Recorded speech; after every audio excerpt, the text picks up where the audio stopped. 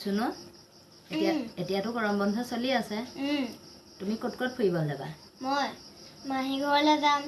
আইতা ঘৰলৈ যাম মামা ঘৰলৈ যাম ইমানখিনি ফুৰিবা বাপৰে এবাৰ বেলেগ এজেগালৈ যাওঁ চিন্তা কৰাচোন ক'লৈ যাম তুমিয়ে কোৱা এবাৰ শ্বিলঙলৈ যাম ব'লা কিমান সঁচাকে নি সঁচাকৈ যাম কেই তাৰিখে যাম ৰ'বা কোনোবা এদিন আমি সপোনতহে যাম শ্বিলঙলৈ সপোনত ন মানুহ যায়নে অঁ